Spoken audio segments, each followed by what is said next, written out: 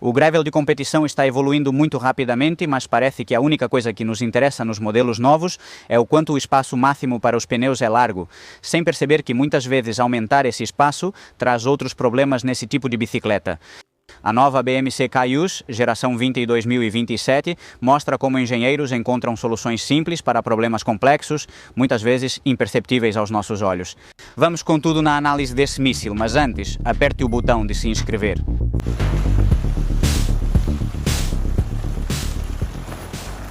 De fato, essa bicicleta teve um aumento drástico em sua capacidade de acomodar pneus muito mais largos, neste caso 52 mm de espaço para o pneu no máximo, tanto na frente quanto atrás, com os respectivos 6 mm extras obrigatórios pela norma ISO também, tanto na frente quanto atrás.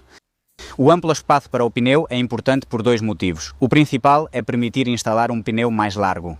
Assim, operar com pressões menores melhora a absorção das irregularidades do terreno.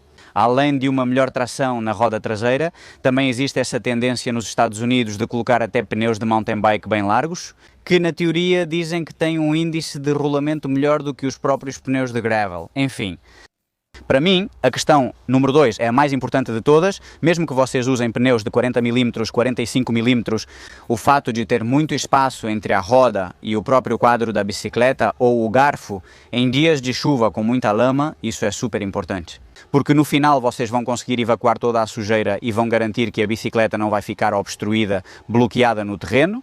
O que ocorre ao ampliar o folga máxima para o pneu?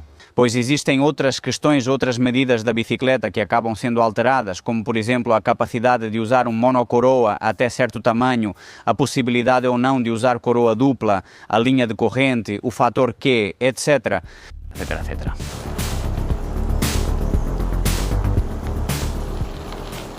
Vamos fazer uma pequena pausa no vídeo para mostrar visualmente a capacidade máxima real que esse quadro tem para acomodar pneus grandes. Reparem, estou usando uma configuração extrema em um teste recente, talvez pensando em algo mais radical, ainda vou decidir, montando uma roda com aro interno de 32 mm e pneu de mountain bike de 2,25 mm. Isso, medindo com a fita métrica, nos dá cerca de 61 mm de largura real. Como vocês podem ver, no garfo não há nenhum problema, talvez aqui atrás a coisa já fique bem mais apertada. Quero deixar claro este aviso. Estou fazendo isso primeiramente para testar. Posso fazer isso, testo bicicletas. Esta bicicleta me foi emprestada para levá-la ao limite, o que for necessário. Mas, acima de tudo, estou fazendo isso para que vocês tenham uma referência visual de até onde se pode chegar. Agora, qualquer marca, não só a BMC, se está indicando para vocês que a largura máxima do pneu é 45, 50, 52 mm no fundo, também está dizendo para não passar disso. Porque se acontecer qualquer coisa com o quadro, ele pode ser danificado. Imaginem nessa parte aqui onde há tão pouco espaço, entra uma pedra e o carbono se quebra. Por exemplo, não acho que nenhuma marca cobriria isso na garantia, porque na verdade vocês estão levando o produto muito além das indicações oficiais da própria marca. Então eu não recomendo que vocês tentem isso em casa, mas eu mostro até onde é possível chegar.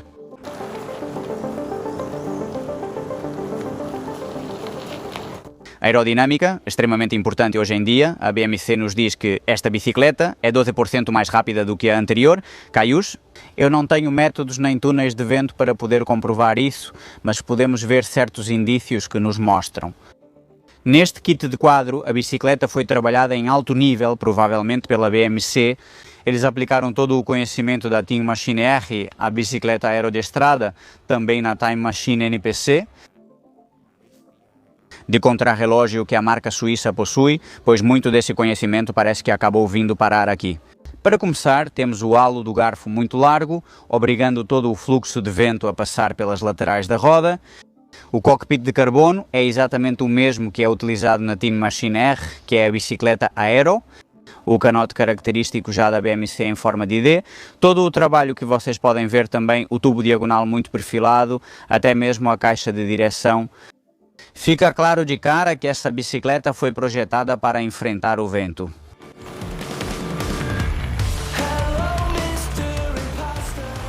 Um dos grandes feitos dos engenheiros suíços com essa bicicleta tem a ver com o fato de que eles conseguiram torná-la mais aerodinâmica, com maior espaço para os pneus, mais rígida, tudo isso sem aumentar o peso. Além disso, eles conseguiram tirar 63 gramas do quadro anterior, que já era muito leve. Na nossa oficina, essa bicicleta no tamanho 51, obviamente já pintada com o suporte do ciclocomputador, inclui suportes de caramanhola de série, líquido tubeless e tudo necessário para a bicicleta estar pronta para pedalar, exceto os pedais. Cada um usa os seus, pois ela é vendida sem pedais. Esse foi o peso que apareceu na balança. Nessa área aqui é onde está o segredo, porque basicamente quanto mais espaço para o pneu, mais espaço o pneu precisa e mais espaço ele tira de todos aqueles componentes que já mencionei para vocês, beleza? Mas reparem em ambas as escoras inferiores, nessa altura como eles são estreitos. Isso parece fácil, mas não é simples construir em carbono uma peça que mantenha toda a rigidez lateral que precisamos nessa área tão próxima ao movimento central, mas que ao mesmo tempo nos permita essa passagem de roda tão generosa e não nos prejudique no que realmente é o gravel de competição em termos de padrões atualmente? Por exemplo, é possível usar um monocoroa de 32 a 50 dentes, assim atende todos os usuários da bicicleta, inclusive iniciantes sem bom preparo físico. Até o Pro, Super Pro que vai competir no Unbound, por exemplo, certo? Além disso, podendo usar um monocoroa de 50 dentes e com essa nova tendência nas estradas de usar transmissões com monocoroa, com o novo 46 da RAM, também conseguimos fazer com que essa bicicleta seja um híbrido perfeito. Com 2 jogos de rodas podemos ter uma gravel e outra de estrada. Segundo ponto, aqui tivemos que eliminar a possibilidade de usar um pedivela duplo, mas é uma perda aceitável. Hoje em dia, como falei, com as novas transmissões da RAM, quase ninguém usa coroa dupla em bicicletas de gravel de competição. E por outro lado, tanto a linha de corrente quanto o fator Q aumentaram, é verdade, em relação à geração 1, mas ainda estão em níveis aceitáveis em relação ao que é o gravel de competição atual. Então, dessa forma, os engenheiros suíços da BMC conseguiram encontrar um equilíbrio em relação ao que é o gravel atual e que precisa permanecer assim por alguns anos no mercado.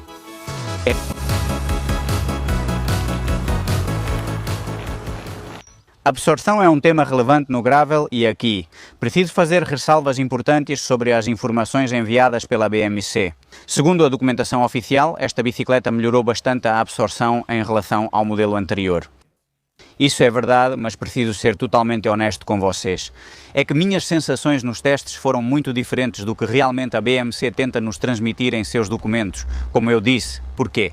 Pois basicamente o que eu senti é que essa absorção melhorada de forma global vem única e exclusivamente pelo fato de poder usar pneus mais largos e diminuir a pressão deles, não porque o quadro tenha mais capacidade de absorver. Provavelmente os engenheiros fizeram um ótimo trabalho sobre a flexão do canote e dos estais da bicicleta, mas tudo... E assim, o kit do quadro segue muito rígido, não só lateralmente, o que é bom, mas principalmente na vertical. Isso não é necessariamente algo ruim, já que eu entendo que o DNA da Cayuse é justamente esse, uma bicicleta ultra rígida, muito reativa, mas que não te dá aquela capacidade de absorção que existe em outros modelos, talvez mais voltados para a aventura, etc, etc. Então, que fique claro que é uma bicicleta bastante robusta, é uma bicicleta com a qual, se você usar pressões altas, os pneus vão até fazer suas obturações pularem, e que a única absorção que você praticamente vai sentir vai vir justamente da forma como você gerencia a pressão e a largura, tanto dos seus pneus quanto da largura do aro, que é sempre importante trabalhar em conjunto.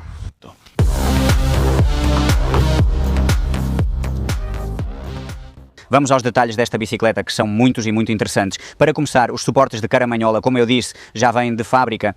São os Aerocore, que são instalados em todas as bicicletas de estrada da BMC, que já vêm perfeitamente otimizados para a questão aerodinâmica. E ainda mais importante, para o gravel, eu diria que a fixação da caramanhola é perfeita. No ano passado eu fiz o track a 200 com a Cayuse anterior, com os mesmos suportes de caramanhola, e mesmo usando caramanholas grandes, bem cheias, descendo a 40 km por hora pela montanha, nenhum problema. Nenhuma caramanhola caiu, o que é um ponto positivo para uma bicicleta de gravel, que geralmente falha nisso. Depois temos dois suportes, como podem ver, com dois parafusos na barra superior logo abaixo, para levar itens de reposição como câmara de ar, bomba de CO2, etc.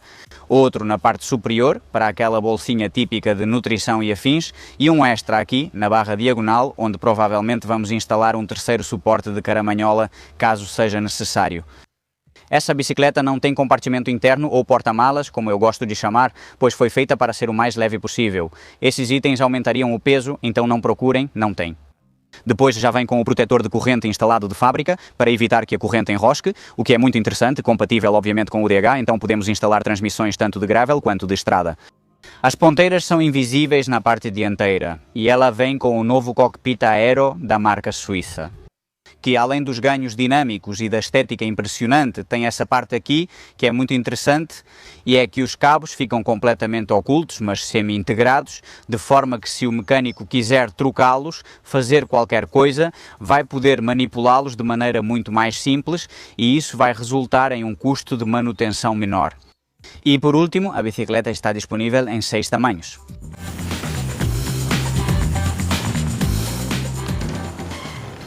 O comportamento da bicicleta na condução é semelhante ao modelo anterior, sendo muito estável em linha reta, mesmo em alta velocidade. Certamente ter o seu ponto mais fraco está em curvas muito fechadas, em velocidade muito baixa, quando é preciso mexer o guidão. Essas circunstâncias quase não existem no gravel de competição atualmente. E é uma geometria que obriga o ciclista a manter uma posição muito aerodinâmica, com a cintura escapular bem baixa. Mas mesmo assim, nesse novo modelo, eles relaxaram um pouco, e para mim isso é uma boa notícia.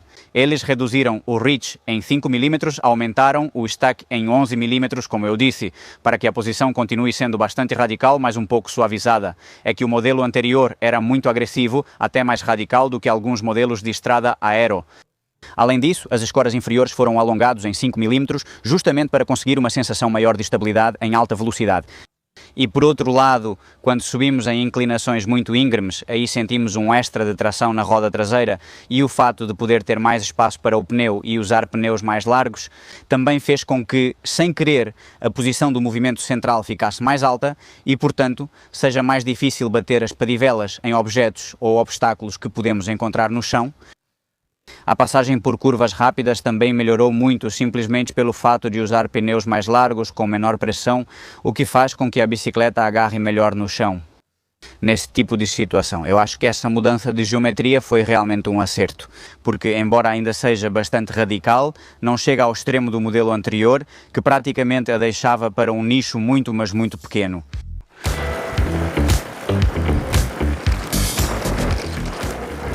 Preços. Vamos ter 3 modelos disponíveis, o 3 por 5.500 euros, o 2 por 8.000 euros e este que vocês estão vendo aqui, que é o 1 por 11.000 euros, com a possibilidade também de pegar apenas o kit do quadro por 4.500 euros de preço sugerido.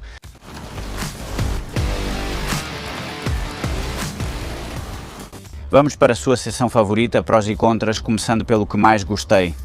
Obviamente maior espaço para o pneu.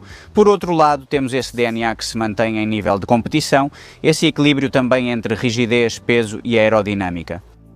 Geralmente não destaco, mas é sobre o comportamento das rodas de fábrica. Imagino que ao verem essa máquina incrível, alguns pensem, eu colocaria uma Sembe, ficaria perfeito. Sim, não vou dizer que não, mas me escuta, eu já testei e essas rodas são incríveis. Entendo perfeitamente que existem outras marcas como a Bontrager da Trek ou até mesmo a Specialized com a Roval que investem pesado em marketing. Depois, as rodas, bom, são ok, mas talvez não estejam à altura de uma bicicleta de altíssimo nível como essa, né? No entanto, essas de fábrica, olha, BMC, não entendo porque não destacam a marca deles nas rodas e componentes. Até esteticamente, os logos mal aparecem.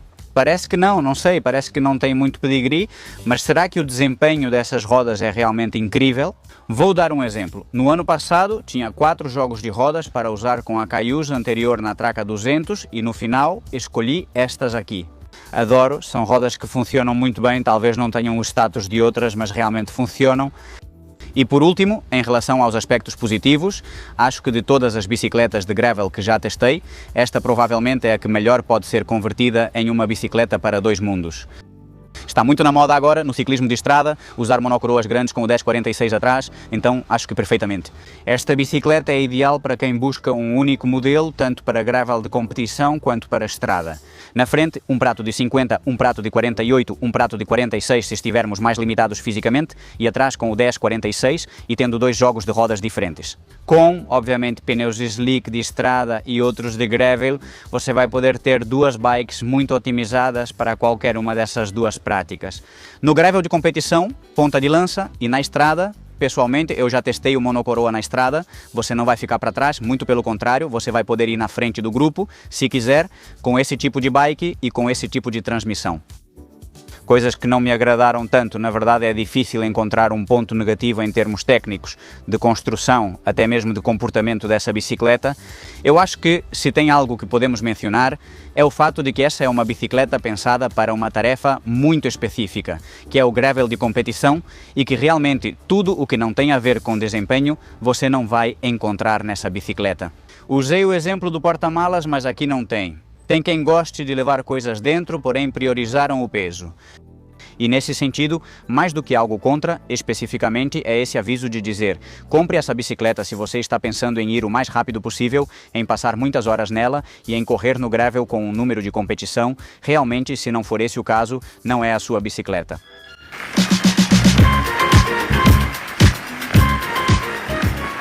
Para quem é essa bicicleta? Já disse, é uma arma de competição. Quem busca bikepacking, aventura ou uma bike confortável e que absorva melhor os impactos pode esquecer. Isso é uma arma de competição rígida e rápida que certamente vai melhorar seu desempenho. Por outro lado, existe aquela outra opção de transformá-la em uma bicicleta de estrada, ter uma única bicicleta com 2 jogos de rodas para dar 2 usos diferentes. Eu a vejo perfeitamente adaptável e, não sei, é que mais claro e mais direto eu não posso ser nesse sentido. A partir daí, deixem aí nos comentários de 1 a 10 o que vocês acharam dessa bike e sejam muito felizes. Nos vemos nos próximos vídeos. Tchau, tchau!